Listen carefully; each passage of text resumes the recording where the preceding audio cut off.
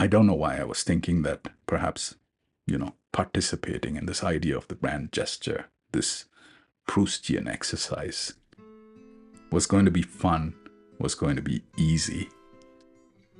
I find myself stuck out of my depths.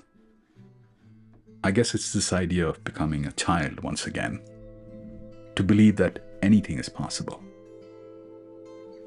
The body seems to maintain this irreparable lead in terms of decay, but the mind offers hope. The effort to understand the mind of Albert Camus through his work. You read and study the various analysis by the experts, the scholars, and you somewhat begin to feel like, yes, I think I comprehend. Well, that's what this feels like, giving it a twirl in a manner of speaking. There's a lady who's sure all that glitters is gold, and she's buying a stairway to heaven. Like everyone else, Albert Camus too was misunderstood. That doesn't come as a surprise.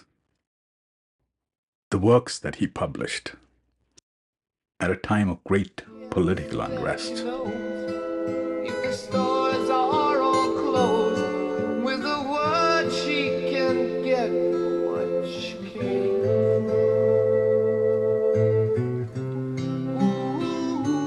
There's a story of, well, it's a true story, of Albert Camus when he was recognized, awarded the Nobel Prize. There was pride all around.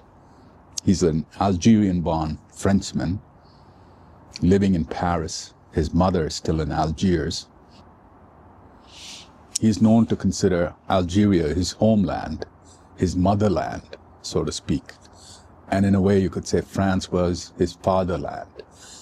And I guess there was national pride all over Algeria, France.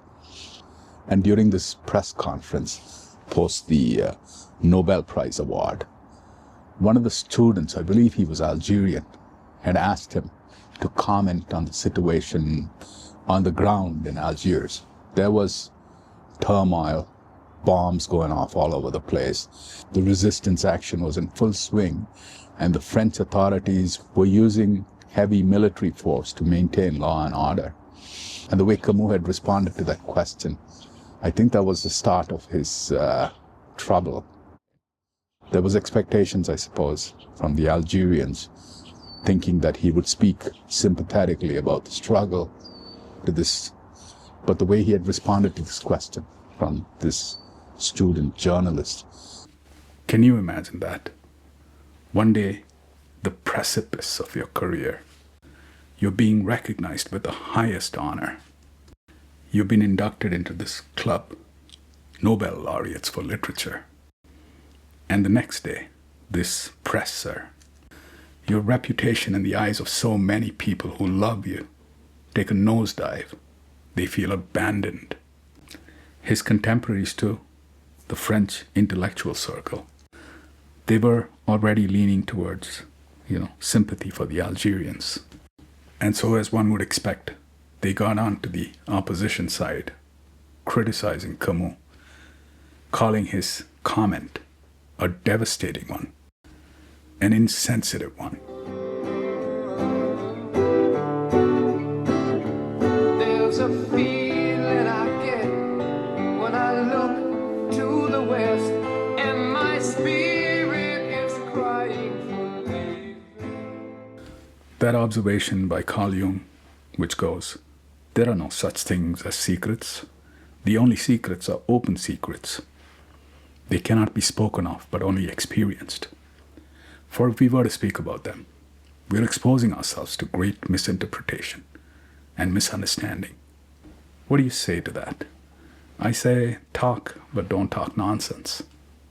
One could also say, even at the risk of being misunderstood, we're glad that the great thinkers, philosophers, wrote. Their works become the foundation for further inquiry, analysis, dissection, discussion. The voices of those who stand alone.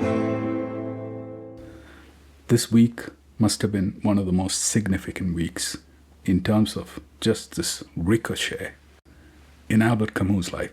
And I want to add a little piece of artwork. I'm going to borrow it from Goethe. We'll have to imagine all of us at a mountaintop.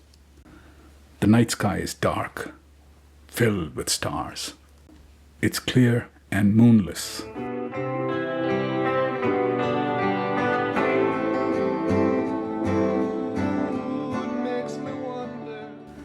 Let's look up together, as if looking for shooting stars. This situation of Camus can be compared to a cannonball fired at night. It climbs with a gentle shining line. It mixes with the stars, even seems to pause among them for a moment. Whereupon, however, it follows the same trajectory downward, at last bringing ruin to where its path ends. And a new day will dawn.